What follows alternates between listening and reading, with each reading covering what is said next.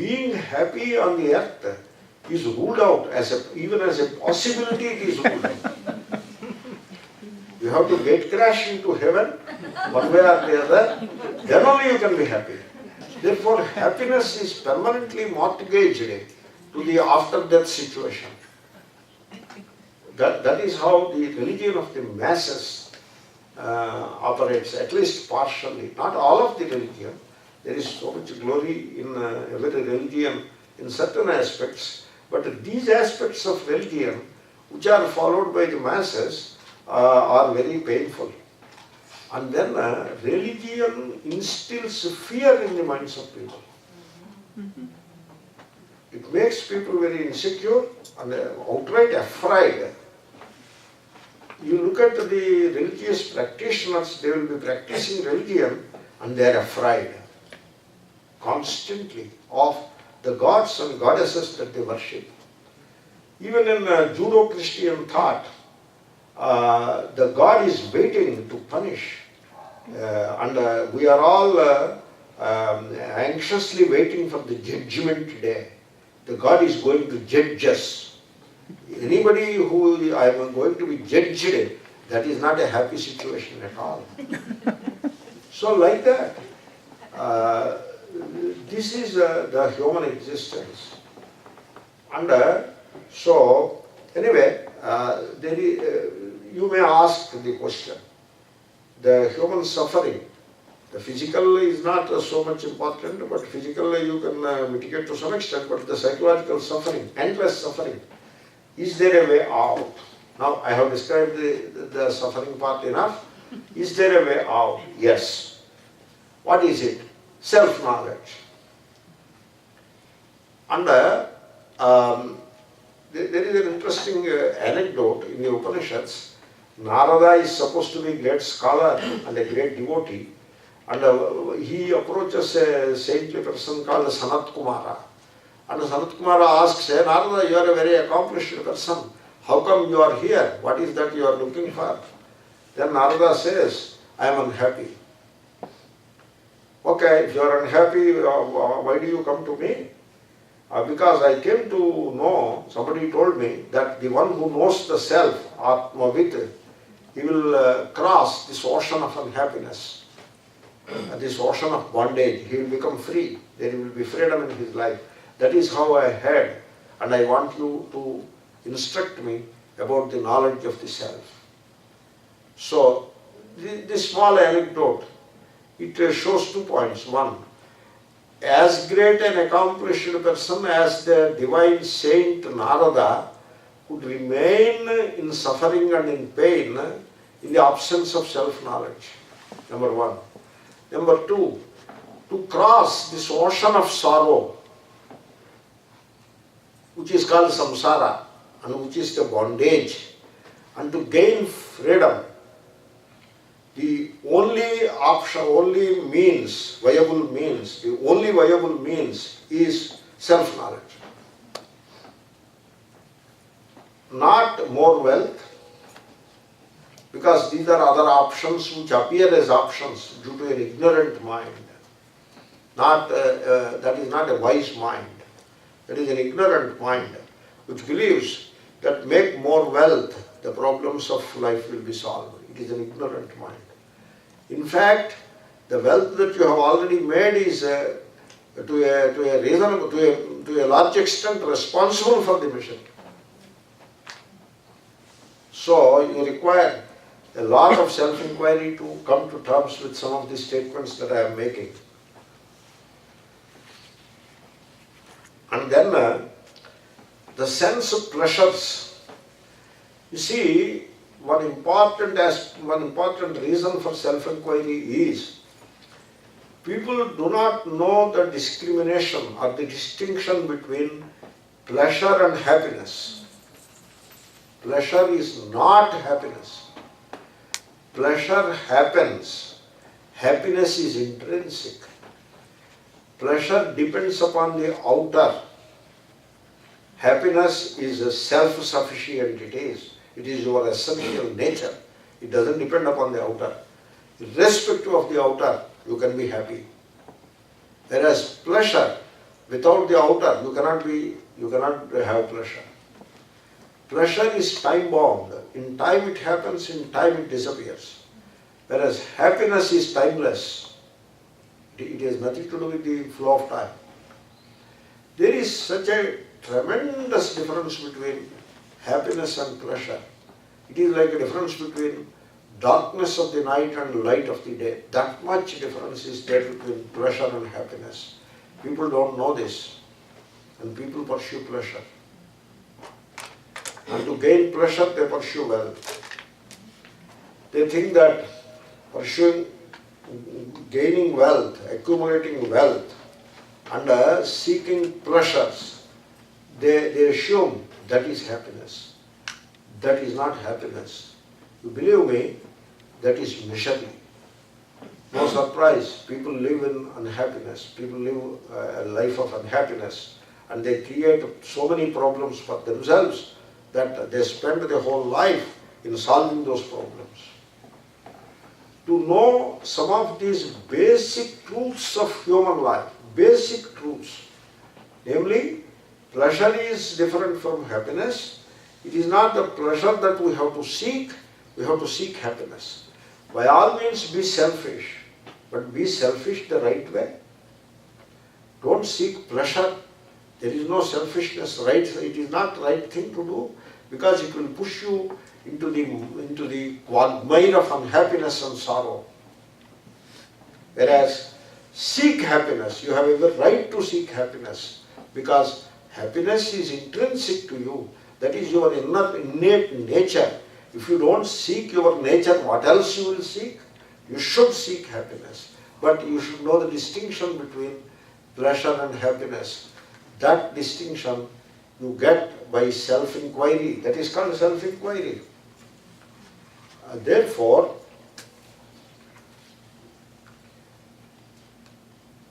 self-inquiry is a must to live a sane life, a normal life.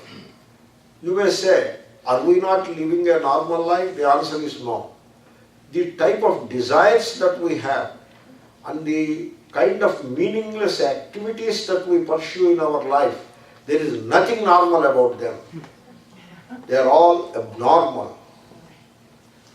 And therefore, we have to do a very vigorous self-inquiry. So I am making a case for self-inquiry.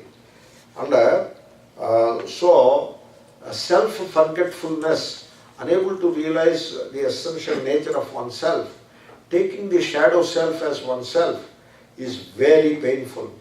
And it is darkness. This self-forgetfulness is darkness. When we get absorbed in the other things of life, like the wealth and the pleasures, and assume that wealth and pleasures will give us happiness, so in that assumption, the whole life gets wasted. We have to conduct self-inquiry to make the distinction between pleasure and happiness. And also, you see, what is it that we are searching for, and where should we search? That is another important aspect of self-inquiry I want to address within the remaining time. You see, what is it that we are searching for? You may ask, why do you bring the topic of search? Because I bring out the issue of search because you look at any human being, he is searching for something. You look at our 17, this side all cars are going. There must be something important on that end. But then on the other side also all cars are going. Now the important thing, where is it? Is it on this side or is it on this side? Why everybody is running not only hither but also thither? Why? Suppose they are all running one side, I can understand there must be some good thing there. But they are running this side and they are running that side. So it is a figurative way of my saying it. Therefore, people are constantly searching. You look at a child, the child is happy. It is not searching for anything. The 3-year-old or 2-year-old child, it is not in search of something. It is not wanting something. It is not waiting for something. it is contented and it is fulfilled.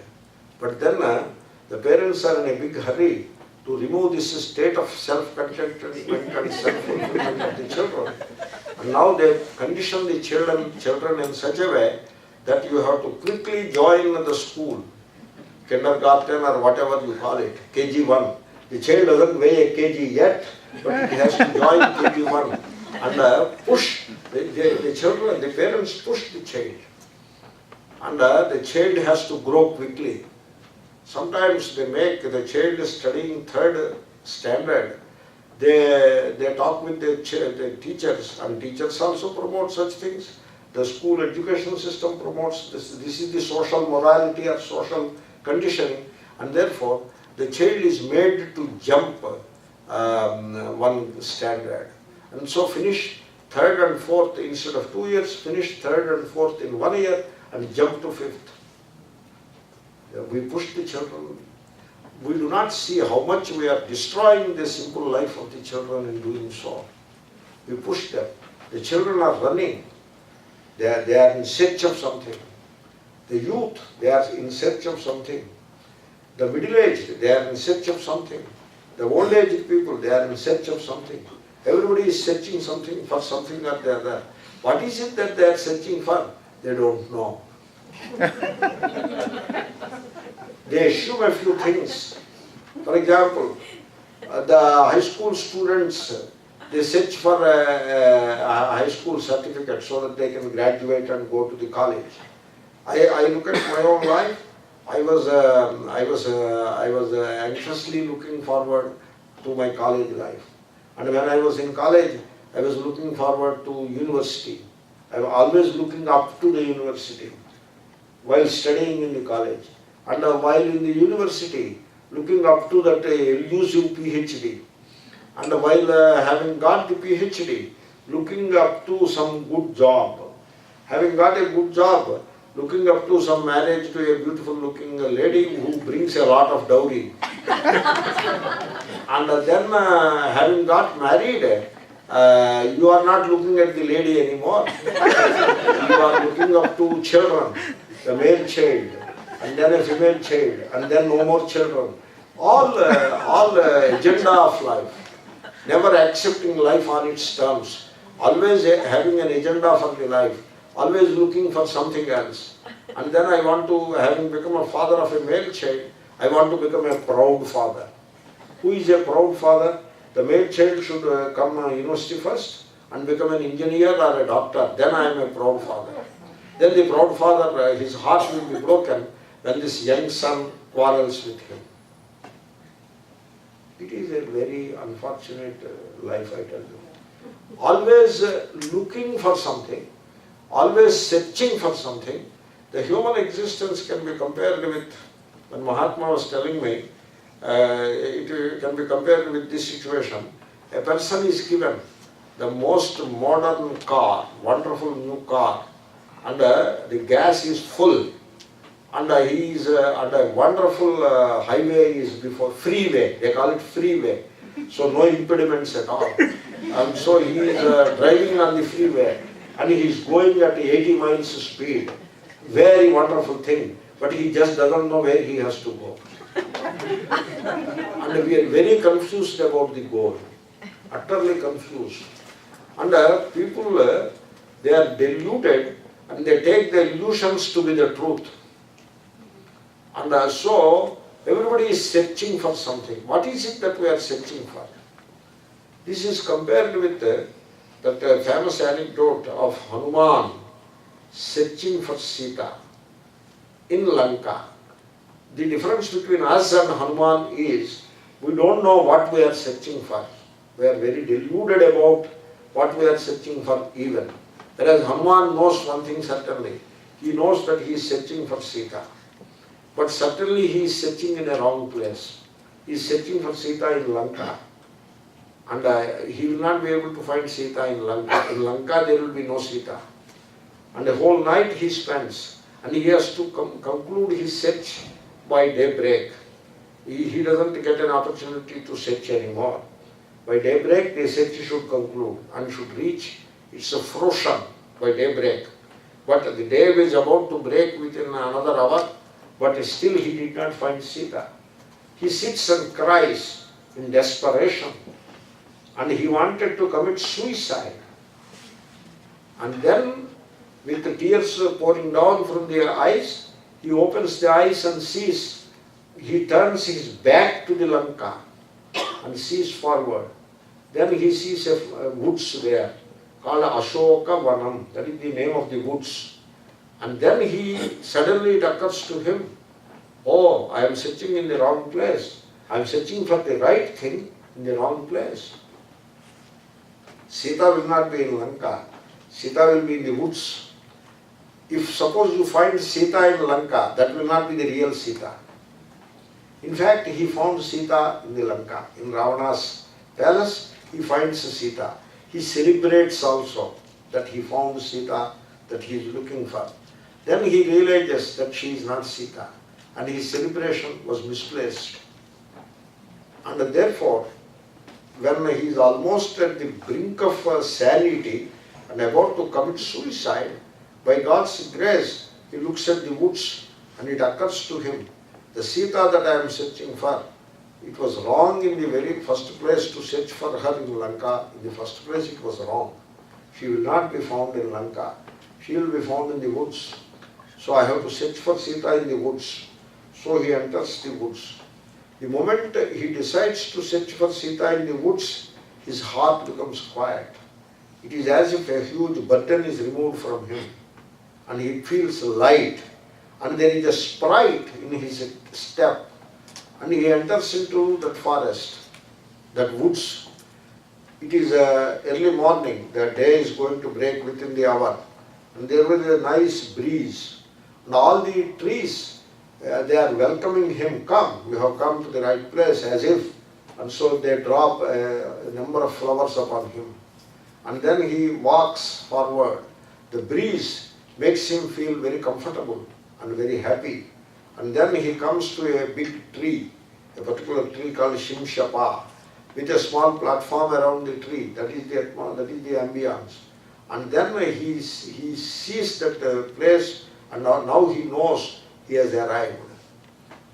He knows he did not see Sita yet, but he knew instinctively that he arrived. And then he climbs up the tree and sits there. He is totally free, not anxious at all, not unhappy at all. Then he asks himself, how come I am so free and so calm and quiet and free from anxiety and fear? How come? I have not yet seen Sita. Then he tells himself, I know that it is as good as I have seen Sita. In the meanwhile, lo behold, Sita walks in and he looks at her. He has arrived, he is fulfilled. This is the story, and this story is very symbolic. It represents our life. In our life, we are searching for the wrong thing in the wrong place. Hanuman was searching for the right thing in the wrong place. We are searching for the wrong thing in the wrong place. If you are searching for wealth, you are searching for the wrong thing. You are supposed to search for happiness, not wealth. Wealth will not make you happy. It is possible that it will make you more unhappy. You are searching for pleasures. That is the wrong search. You search for pleasures leads to sickness, the physical sickness and mental sickness. Bhoge roga bhayam. We are not supposed to search for pleasures. Pleasures happen. They happen as in incidentally they happen. The body has to be maintained, so you eat some food and that gives some pleasure. Some taste will be there and some pleasure will be there. It is very hot outside. You walk into an air-conditioned room, there is the sense of touch which gives some pleasure. Pleasures happen. You need not shun them, but you should not covet them. You should not search for pleasures. If you are searching for pleasures is wrong. Searching for happiness is right. That can happen only when you distinguish between the pleasure and happiness. Therefore, you have to understand that the search for pleasures is wrong. Search for happiness is right. And that having understood that much, that happiness, you cannot find it in the world. You cannot find it in the other. It is not outside of you. It is inside of you. It is within you. You happen to be the repository of happiness. All happiness, infinite happiness resides in you. In fact, just like a sugar crystal is sweetness, same way you are the embodiment of happiness yourself. There is happiness waiting for you within. And you are worshipping a God outside of you. Unwittingly, you are worshipping your own innate divinity in the outside. You have to conduct that self-inquiry and look within, search within, and discover the happiness that you seek within. Discover the divinity that you worship within. That is the goal of self-inquiry. Therefore, life will go on. And suppose somebody asks the question, suppose we embark upon self-inquiry, what will happen to life? Nothing will happen. It will go on smoothly. In fact, it will go on as it is going on, as it was going on, as it must go on, that way it will go on. Then suppose if we abide in self and conduct self-inquiry, pursue self-knowledge, what will happen to the daily chores of life? They will all happen. You can continue to be a family person, you can pursue an honest profession, you can continue to practice an honest profession, and all that will be there, nothing will be disturbed. But you have to become free of these illusions which guide life, and then with some vigor and enthusiasm undertake the self-inquiry and arrive at what is called self-knowledge. So I have put a few thoughts together and presented them in some way. There is not much planning that went into it. So in an extempore way I went on with it, and I thank you very much for your kind attention, and I am happy that I could share some of these thoughts with you this evening in this pious ambience. Thank you very much.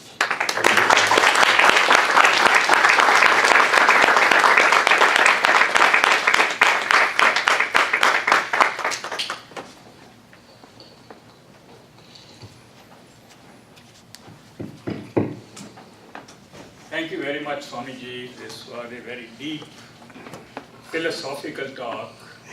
Today he only covered actually two main subjects. One is philosophy, another is psychology. And you know, like many other Swamis, they have left the main item here. The main item was how to make self-inquiry.